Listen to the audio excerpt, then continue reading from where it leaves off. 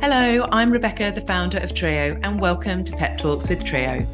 triiyo is the leading solution for workplaces to support their people during every life transition, from starting a family to retiring and every life event in between. On PEP Talks with triiyo, we chat to our expert partners for advice on how to best navigate these common, complex, and often messy life stages that happen during our working career. Keep listening as we connect the dots between life and work with the simple aim of education and empowerment. After all, life happens at work. Today on PEP Talks with triiyo, we're speaking with Lawrence Mitchell, CEO of Wellbeing at World Asia Pacific and founder of Finding Equilibrium. We'll be discussing wellbeing at work and the latest trends. Hello, Lawrence. Hello, Rebecca. How are you? Lovely to see you. Very good. Thank you for coming on. Thank you. Please, could you tell us a little bit about yourself and the work you're doing at Wellbeing Work and Equilibrium? Sure. So I'm Lawrence Mitchell. I head up Wellbeing at Work. And what does that mean? So what Wellbeing at Work is, as you'd expect, we focus on supporting companies to create and make wellbeing a strategic priority. And so we do that through a number of mechanisms. We run summits around the world. So I think we do them in about 10 different summits. I personally focus on Australia and the Asia Pacific region. And we have a membership program to help heads of HR, heads of people and culture to be able to make decisions on a day-to-day basis that really support or find the balance between the well-being of their people and the well-being of the company. But ultimately, it all comes back to helping organizations create cultures and environments that support well-being. Which is a hugely important topic at the moment. So how did you get into this work? So I think it really started, so my background, so you can hear from my accent like yourself, I wasn't born in Australia. I've been in Australia for about 6 years now. Prior to that, I spent most of my life in London and I worked for a big corporate, a big publishing company. And my role was marketing. So I was chief marketing officer for about 9 years, actually. So it was quite a long period. And I think when I got promoted, one thing that really struck me was I noticed that everybody around the board table, once it became more senior, they looked visibly iller and older. And I thought, golly, it felt to me that you had to make a choice between your health or your career. And then once these people retired, then suddenly they were kind of on a health kick, and it felt completely wrong. So it really started from a personal survival point of view. I felt, how can I have it all? How can I get the balance between having a career and all the benefits that brings, but also ensure that my physical, my mental well-being are supported? So I became, I guess, a researcher.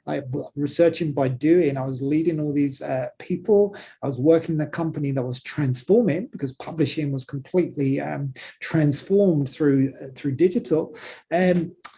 I became very interested in nutrition. I became very interested in exercise.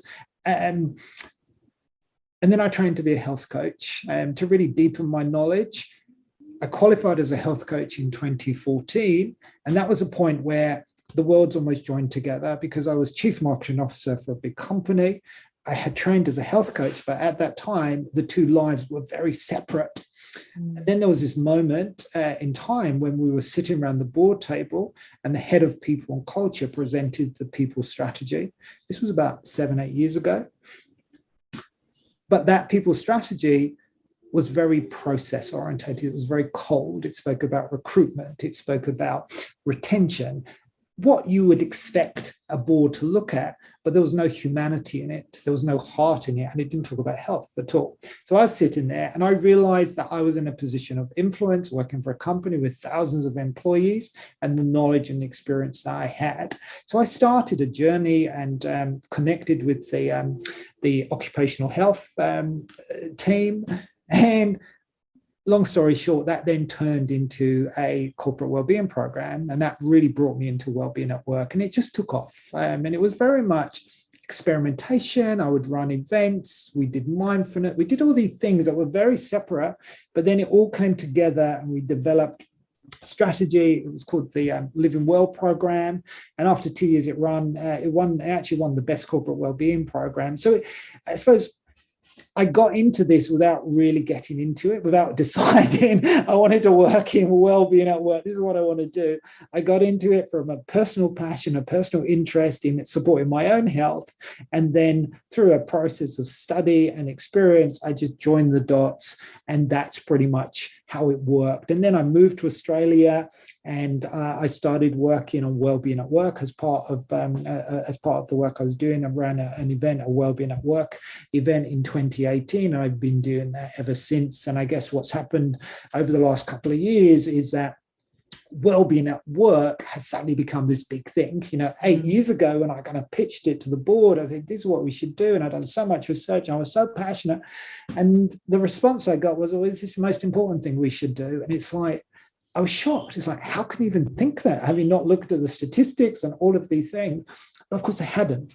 The awareness was low at that time. Wellbeing at work was still seen as a tactical thing. Let's give people gym passes, let's put on the odd bowl of fruit and maybe a yoga class. We've done it. Now it's completely different, thanks to the pandemic. And it is a shame that we've had to have a global pandemic to really understand what Wellbeing at Work means. Because those two words, our business is called Wellbeing at World World. That wellbeing and work both mean very different things to what they meant just a couple of years ago. Wellbeing is now much more holistic. 8 years ago, it was still very physical, health and safety, and we were moving into that focus on mental health, and there's a greater awareness around that now.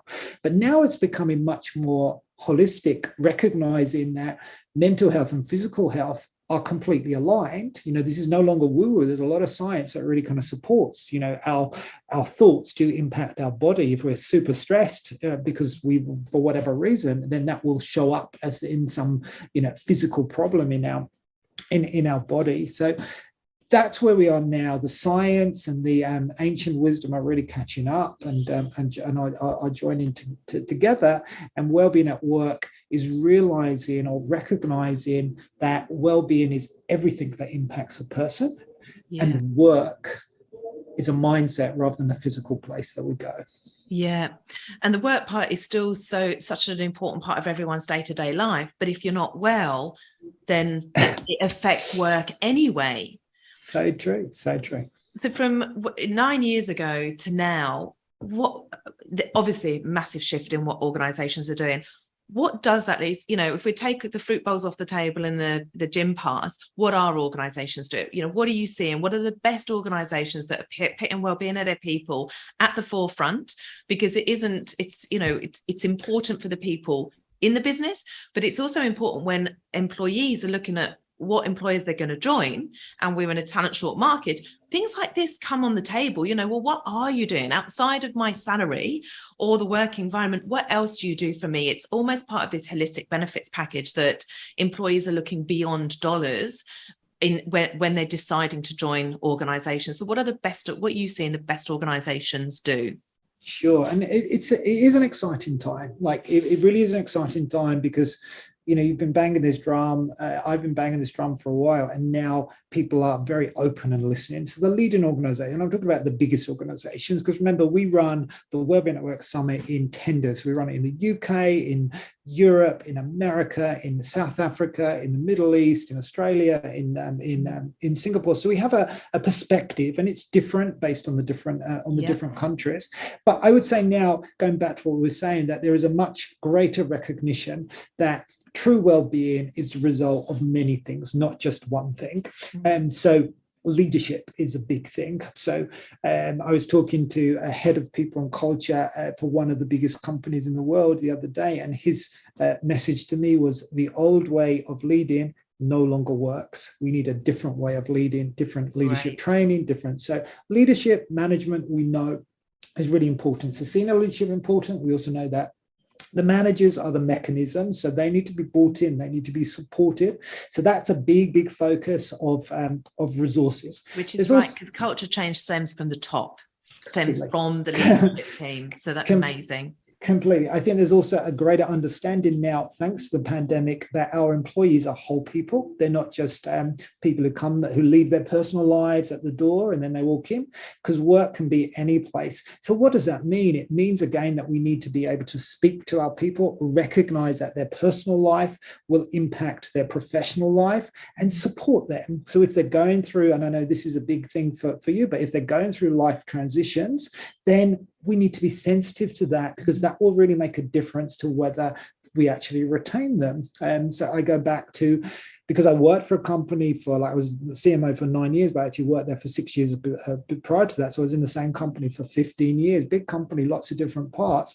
But I could see the impact that those kind of choices made. There was one point I had, I had 10 people on maternity leave, and by supporting them through that transition, they all came back. So if you look at it holistically, so there's more of a balance between measuring the long-term impact versus a short-term decision. I think there's always a challenge when you work for a public company, when you have quarterly results, is that you can make decisions that impact the short term but have a much greater cost on the long term. Mm-hmm. So I say number two, just going back to our trends, is looking at the whole person. I think the third thing is really trying to understand what hybrid working and living really means, because it impacts everything. I think we've moved from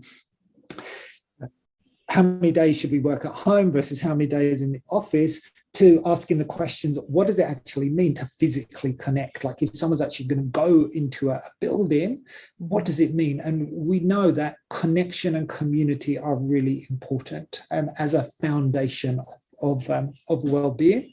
So that's a big focus. But then what do we do about it? What do we as organizations do? If we know connection is important, and we also know that flexibility is important, how do we manage? How do we communicate? How do we support collaboration in this hybrid world? And different organizations have different ways of actually doing that. Some are creating policies and almost forcing people, and that tends not to get the greatest reaction.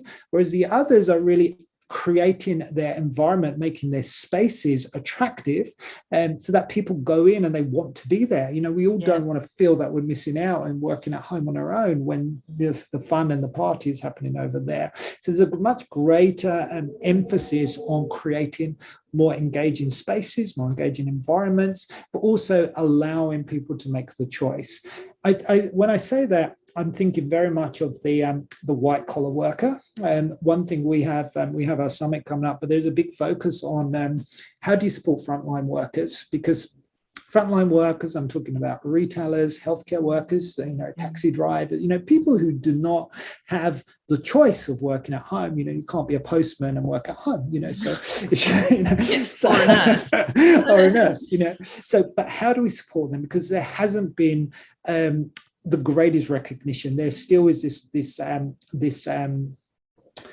belief that this is a job and you just have to do it. So that's a big focus in terms of how do we support the well-being of our frontline workers.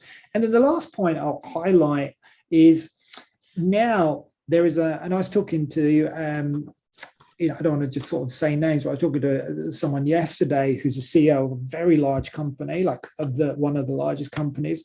And it was interesting. We had a very interesting conversation about a recognition now that you can't talk about well-being at work without talking about work, because often the driver of ill-being is the work itself. If you're doing a job and you're working in a company and there's like wonderful benefits, wonderful features, but you're doing 4 people's job, that is going to impact your well-being. So there's a much greater desire now to focus on job design and say, is the job designed appropriately for this person to be able to do it in a way which supports their well-being? And there's a balance. Sometimes it gets intense, but they spoke a lot about ensuring there's recovery as well as intense time. When you work in events, as I do, there are periods which are very, very intense. Yeah. But if I did that all the time and I had no recovery, then I would burn out. And that's what we're seeing. A lot of people are burning out because they haven't got the recovery. The mindset that you have as an athlete is, I train hard, I deliver, but then I go dark, I rest for a period of time, I go to the woods and do those things. And it's that kind of mindset, which is an education. So rather than like, I just got to keep going, and then I burn out, and we see this a lot, and then people are out of the workspace for like months, and that's not what anyone wants, because that's a huge cost. But going at a pace and ensuring that there's good recovery time, and as we know, some people recover quicker than others, so it's understanding yourself, understanding how what you need to be able to get back into equilibrium. I always talk about finding equilibrium, because that's how I see well-being. It is about finding the right balance. It isn't about black and white, this or that, right or wrong. It's about what is the right balance. Not doing enough work or not having enough work is stressful for people, because they worry. But having so much work that you can't think and you don't know is very stressful. And also having a job to do that you're not trained or you're not skilled in doing is highly stressful for many people as well. This is so interesting, Lawrence, and there's a few things there that I want to pick up on. The fact that we are a whole person. I think historically, organizations say we want you to bring your whole self to work, but then they're not prepared or set up to support the whole person. And a fruit bowl isn't creating balance. And the other thing is around that connection. The new way of working for many people. We are losing that social connection, and that is so intrinsic to humans to connect and to have that social interaction. And for some individuals, work is one of their main sources of social connection. So we're seeing that impact on mental health that being remote, is creating. So and I think the other thing that I wanted to bring up was, how are organizations looking at ROI on their investment in well-being? Because often it is a bottom line that organizations really look at when they say, are we going to take this forward? Are organizations actually looking at monitoring that, or is it become such a necessity that it's just something that has to be done? We're going to do our best at getting it right across a whole spectrum of wellbeing tools. And I'd love to look at what are those trends, what does that look like now moving forward? So yeah, those are sort of a couple of things I'd love to dive into. Sure. So kind of picking up on there's a few pieces there, but picking up on the one around the numbers. So I think monitoring and measuring is really, really important for sustainable resources and sustainable investments. So certainly when I was running the Wellbeing program, I was very aware that even though a lot of it will be driven by passion and interest, to be able to scale and grow, you need numbers, because you've got to get the balance right between the business and the investment. So in the crisis time, as we've been through, and I'm sure we'll experience other things like this, hopefully not, but I'm sure we will. In the crisis time, there was a lot of money just spent on mental health, and the people who are responsible were getting approval without doing business. It's just like, we're in a crisis, survival. We've just got to kind of do this. But that always stops if we don't see the dashboard. What's interesting is that companies are now measuring different things to what they were measuring before. So traditionally, companies would measure retention, they'd measure engagement, they'd measure numbers about the usage of an EAP service or something like that to try and kind of bring them together. But now they're measuring more of the lead indicators, if you like. So they're measuring because there's more sophisticated technology to measure how people are actually feeling, for example. Because if people are feeling low mood on a constant basis, because it's not just like one data point, like I'm feeling down today because it's pouring rain and I feel it's what are the trends? This is what we want to see, as a business, because if we know our emotional, the emotional well-being of our people, how people are feeling, because that's what really drives productivity. It's how people are feeling, not what they necessarily, not what you actually see. And in the digital world or the hybrid world, you can't necessarily pick that up by seeing people. Some people hide it anyway physically, but having tools where people feel safe, you hear this word a lot, like creating safe spaces and safe environments. But if people do feel safe to share, then they'll share with the view that they believe it will create a better environment. If they don't feel safe, if they feel threatened, or they don't trust the organization or the leadership, they won't share. They'll look for another job until they can feel safe. And you see that a lot in terms of where people are. But the companies who really, really care, and of course, there's a big incentive now because there's a shortage of labor. There's a great resignation, and things. There's a lot of financial and economic pressure, which is really impacting people's well-being. So organizations have a responsibility to support their employees with with knowledge and with access to services, and that's what they're doing increasingly. No one's got all of the answers. I would say that we're going through this period of uncharted territory, really. So no one's figured it all out, but people know that we have to support the whole people, and the more we can do that, the more they'll feel connected to our community, our organization, the more they'll stay and they'll stick around. And it's during periods of challenge, and I can say this from my own experience working, because I became CMO in 2008, like 1 month before, so it was like the worst period ever. But the decisions we made during that period really set the business up for success for the period afterwards. And because if you treat people really well during, and it doesn't mean you've got to manage the financial well-being of the business, but how you communicate, how you engage makes such a difference to engagement, to the culture, to all of that, to all of those things. So, I don't know if that answers your question, but they're measuring different things, and they're focusing on doing what they can do to support people, big things, but also the small things that make the big difference, which is around communication, recognition, reward, small reward. It doesn't have to be the big things, because ultimately the one thing that I've learned is that true well-being comes when people really believe that the organization cares about them personally, and if that is the case, then people will they'll do the hard yards, they'll work,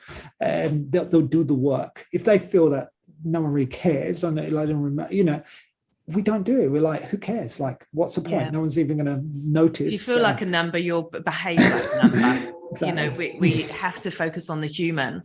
I love all of this because it's so important. The culture stems from the leadership team and it filters down.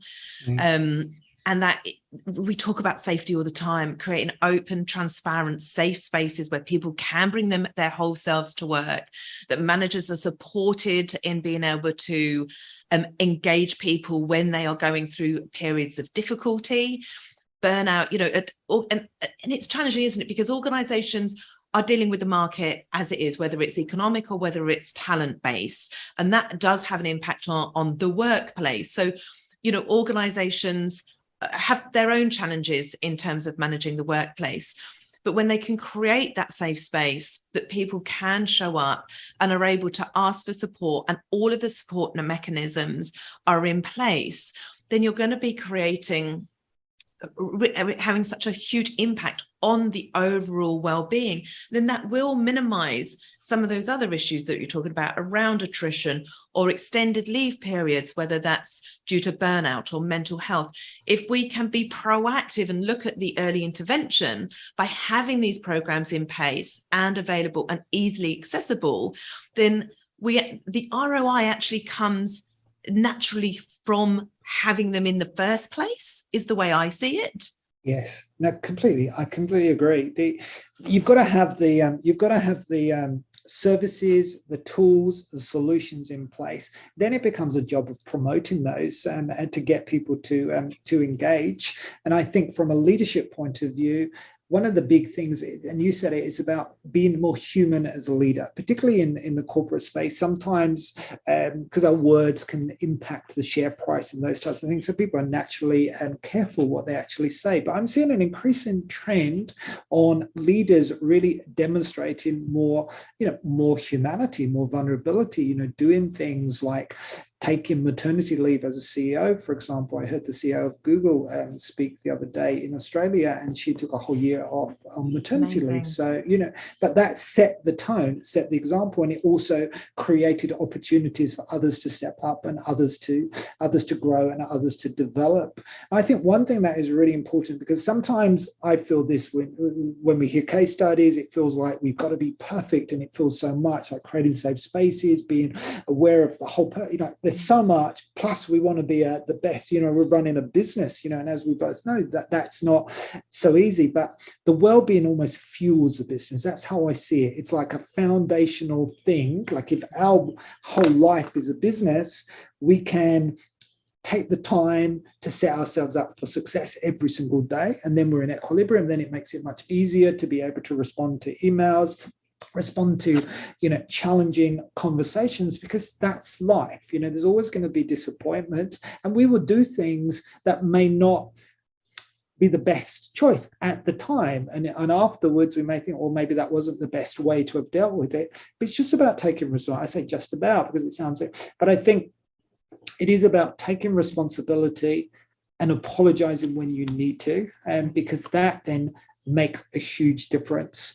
For organizations where there is more of an injection of humanity and more of a recognition that humans are not perfect, which means that we don't need to be perfect, and we start to celebrate our weaknesses, the fact that the fact that we forget things and have human errors. Perfectly imperfect. Exactly. It makes it a much more interesting environment to be part of, as opposed to expecting everything to be perfect, and it's never going to be. So we're going to always be disappointed. But when we recognize and we encourage our people to recognize and take responsibility for when things go wrong, then you create the most positive, safe environment, because that's what it looks like. It looks like a place where we can own up to mistakes rather than hiding mistakes and hoping no one actually notices because of fear.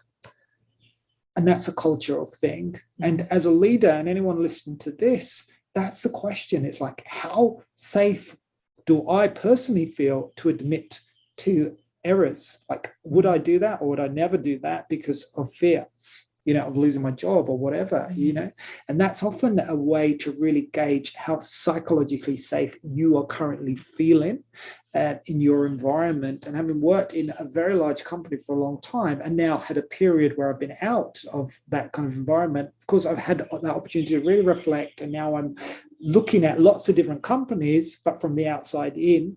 And it's interesting. You can really see the differences in cultures. And I can tell almost instantly where the psychologically safe cultures are, and where they're not, where the words and the actions may not be aligned. That's so interesting. And it really comes down to leaders walking the talk, doesn't it? It's no point putting any of these policies or benefits in place if people don't feel safe enough to actually utilize them. Completely.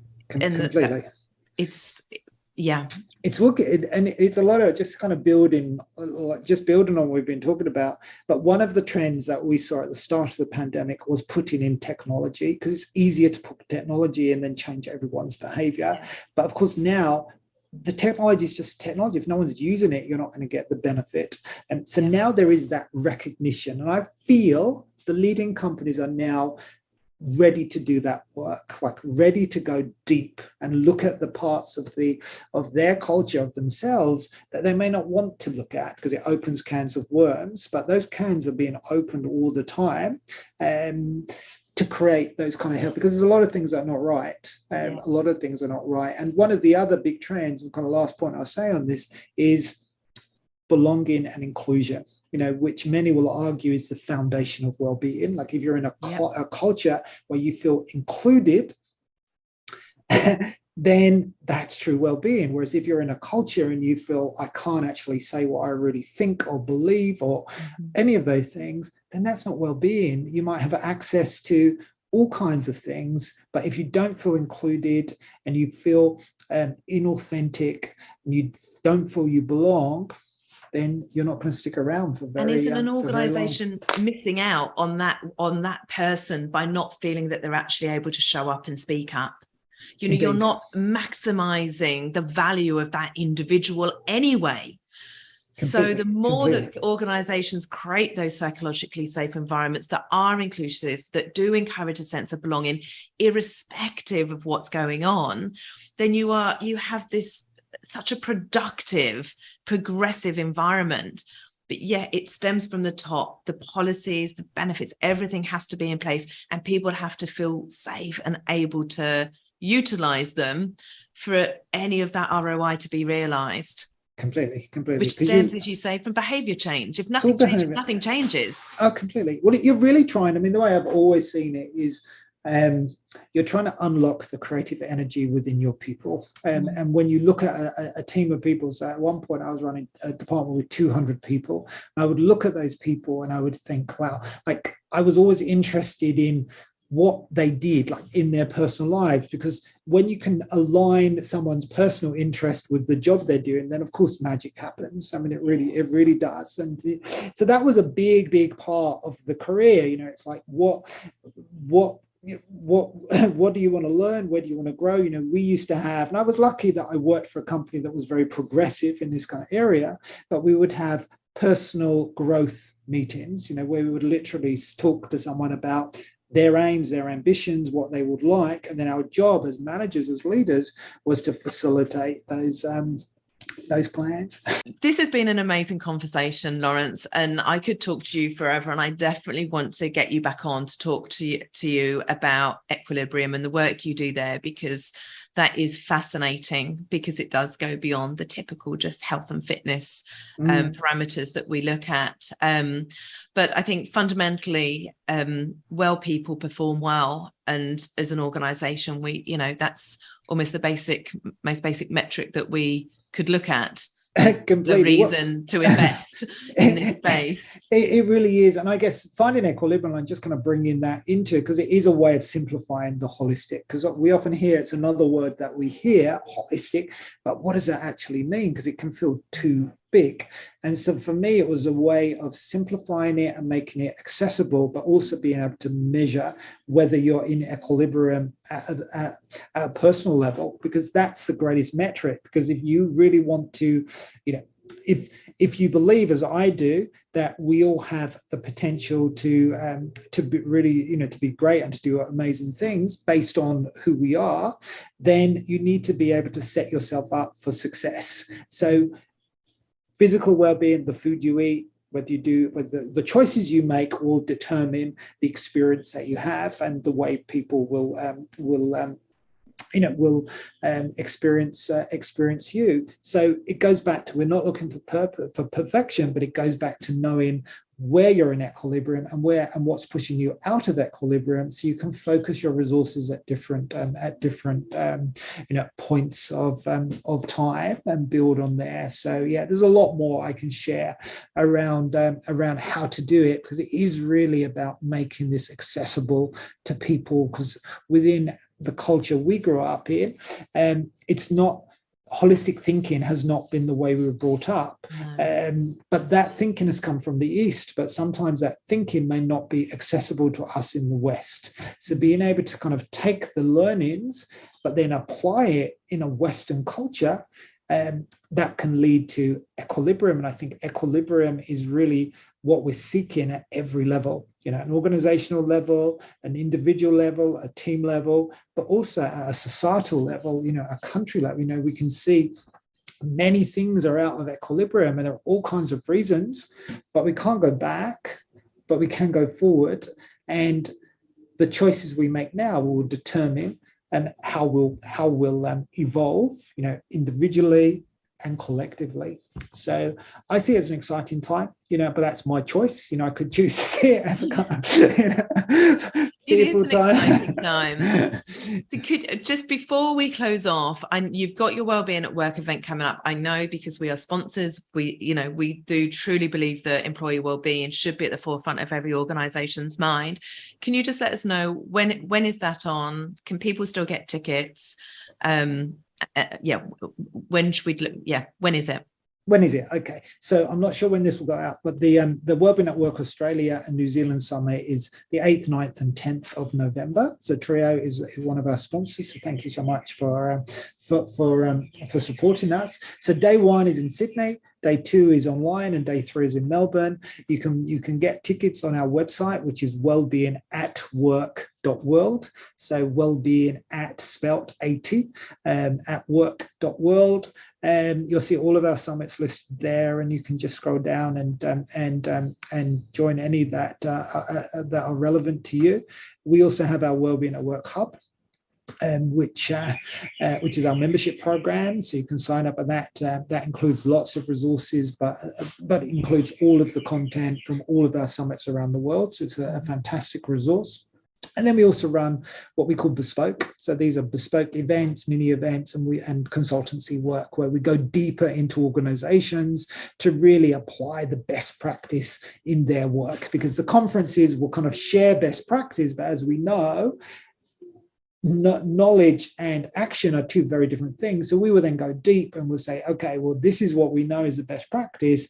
Let's understand where your starting point is. Let's understand where you'd like to head, and how can we bridge the gap? What are the systems? What are the practices? What are the